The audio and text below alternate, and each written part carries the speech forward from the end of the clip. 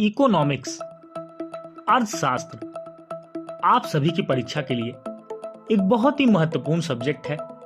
बहुत अच्छे मार्क्स आप इस सब्जेक्ट में स्कोर कर सकते हैं। सिर्फ आपको कुछ बातों का ध्यान रखना है। इस चैप्टर के बेसिक कॉन्सेप्ट्स की पूरी समझ आपको रखनी है। अगर आप ऐसा करते हैं तो आप अपने इकोनॉमिक्स के पेपर में बहुत अच्छा स्कोर करने वाले हैं। आप सभी के पेपर अब बहुत ही जल्द स्टार्ट होने वाले हैं। बहुत ही जल्द आप सभी अपनी बोर्ड परीक्षा को देने वाले हैं। ऐसे में इकोनॉमिक्स एक ऐसा सब्जेक्ट है जिसके अंदर अगर आप अपडेटेड हैं, करंट चीजों की आप समझ रखते हैं और अपने देश की अर्थव्यवस्था को, अपने देश की इकोनॉमी को आप समझते हैं, इकोनॉमिक पॉलिसीज को आप जानते हैं, तो आप इस सब्जेक्ट में बहुत अच्छा स्कोर करने वाले हैं। आज के इस वीडियो में हम जानेंगे कि आप अपने इकोनॉमिक्स के सब्जेक्ट में किस तरीके से अच्छा स्कोर करें, कौन कौन से टॉपिक्स पर आपको ध्यान देना है और कैसे आप अपने स्कोर को बढ़ाएंगे। और यहां पर मैं आपको एक उदाहरण के माध्यम से समझाऊंगा कि किस तरीके से आपको अर्थशास्त्र के पेपर में बहुत अच्छा स्कोर करना है। दोस्तों, क्लास 12th में अगर आप कॉमर्स साइड के स्टूडेंट हैं, क्लास 10th में अगर आप इकोनॉमिक्स सब्जेक्ट को पढ़ते हैं, तो आपने इस बात को जरूर नोट किया होगा कि यह सब्जेक्ट बहुत ही बेहतरीन सब्जेक्ट है। एक करंट, एक अपडेटेड और एक इंटरेस्टिंग सब्जेक्ट। और अपने देश की अर्थव्यवस्था को जानना हर एक स्टूडेंट का कहीं ना कहीं कर्तव्य भी है। और आपको यह सब्जेक्ट बहुत ज्यादा स्कोर कराता है और एक तरह से कहें तो मोस्ट डायनेमिक सब्जेक्ट आपको इकोनॉमिक्स लगता है जब आप इसकी पढ़ाई करते हैं। सबसे पहले आपको इकोनॉमिक्स में इस बात का ध्यान रखना है कि कौन कौन से टॉपिक्स पर आपको पकड़ बनानी है। अगर मैं आपको यहाँ पर क्लास 12 के एग्जाम्पल की बात करूं तो क्लास 12th में आपको सबसे ज्यादा बात ध्यान रखनी है, वह है rules and principles of demand and supply. दोस्तों, यानी कि मांग एवं आपूर्ति पर जो आपकी मांग और पूर्ति पर आपके नियम और सिद्धांत हैं, इसकी अच्छी खासी समझ आपको होनी चाहिए, क्योंकि एग्जाम में इससे क्वेश्चन आपसे पूछा जाता है। इसके बाद आपसे बाजार का अर्थ, परिभाषा, उनके जो भी टाइप्स हैं, ये सारे क्वेश्चंस भी आपसे पूछने होते हैं। और आपको जब आप ये टॉपिक पढ़ रहे हैं, मार्केट के बारे में आप पढ़ रहे हैं, तो आपको मार्केट का पूरा जानकारी होनी चाहिए, पूरी पकड़ आपको होनी चाहिए। किस तरीके से कौन कौन से तत्व होते हैं, फैक्टर्स होते हैं जो मार्केट को अफेक्ट कर रहे हैं। जो करंट के टॉपिक्स हैं, जो बहुत ज्यादा इस समय चल रहे हैं, वैसे क्वेश्चंस इकोनॉमिक्स में ज्यादा बनाए जाते हैं। और यही इसीलिए सब्जेक्ट को मैंने कहा कि एक करंट ओरिएंटेड एक बहुत ही अच्छा सब्जेक्ट आपको इकोनॉमिक्स है। और इसमें आप इन बातों का ध्यान रखते हैं तो बहुत बेहतरीन तरीके से आप स्कोर करेंगे। अब बात आती है कि आपको जितने भी अकाउंट्स हैं, चाहे वो सेविंग अकाउंट हैं, करंट अकाउंट हैं, अदर अकाउंट्स हैं, इन सारे अकाउंट्स के बारे में आपको जानकारी होनी चाहिए। और आप बैंकिंग ट्रांजैक्शंस को बहुत बेहतरीन तरीके से आप समझते होंगे, तो आप इस पेपर में बहुत अच्छा स्कोर करने वाले हैं। और आपको भारत सरकार द्वारा जो एनुअल बजट दिया जाता है, उससे भी एक क्वेश्चन आपको यहाँ पर देखने को मिलेगा। तो आपको पूरा बजट का स्ट्रक्चर, बजट किस तरह से पेश किया जाता है, बजट में कौन कौन सी चीजें होती हैं, किन बातों का ध्यान रखा जाता है, किस तरीके से अर्थशास्त्र आपके पूरे बजट को संभालता है, ये सारी बातें आपको पता होनी चाहिए। इसके लिए आपको चैप्टर का पूरा बेसिक नॉलेज, एक क्रक्स आपके पास होना चाहिए, तभी आप चैप्टर में अच्छा कर पाएंगे।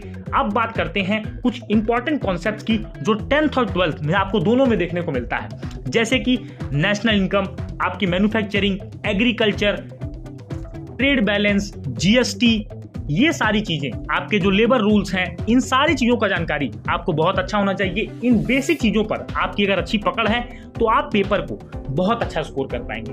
अब बात आती है किस तरीके से अपने पेपर को अटेम्प्ट करें और कौन सी स्ट्रेटेजी अंतिम दिनों में अपना करके इकोनॉमिक्स में ज्यादा से ज्यादा स्कोर करें। देखिए, सबसे पहले अगर आप इकोनॉमिक्स के पेपर पैटर्न को समझना चाहते हैं, चाहे आप क्लास 10th के स्टूडेंट हैं, चाहे क्लास 12th के स्टूडेंट हैं, तो आपको हमेशा मॉडल पेपर, कम से कम 4 से 5 मॉडल पेपर जरूर सॉल्व करके जाएं। लेटेस्ट मॉडल पेपर जो आपने परचेस किया होगा, उस मॉडल पेपर को जरूर सॉल्व करिए और टाइम लिमिट के अंदर सॉल्व करिए।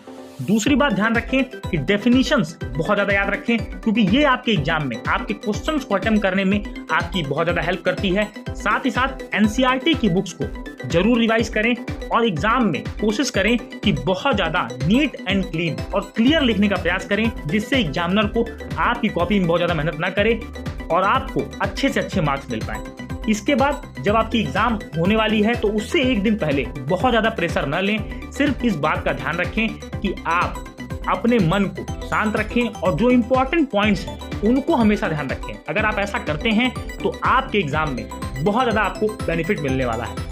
और बात आती है, देखिए कि बहुत सारे बच्चे कहते हैं कि सर हम पढ़ नहीं पाते हैं, किस तरीके से हम अपनी तैयारी को अब सही करें। देखिए सबसे पहले जब आप पढ़ रहे हैं तो आप 2-3 चीजों को अब बंद रखें। कम से कम अपने सेलफोन को साइड में बंद करके रखें। इसके बाद आप कम से कम अब आपके एग्जाम टाइम में 6 to 8 आवर्स जरूर दें अपनी परीक्षा के लिए। और इसके बाद अगर आप स्कूल जा रहे हैं, नहीं भी जा रहे हैं, तो अब टाइम टेबल बना करके आप मेहनत करें। जिस तरीके से अपने विद्यालय में आप जाते थे, रेगुलर क्लास करते थे, उतना टाइम आप घर पर जरूर दें और आपको निश्चित रूप से आपके पेपर में सफलता मिलेगी।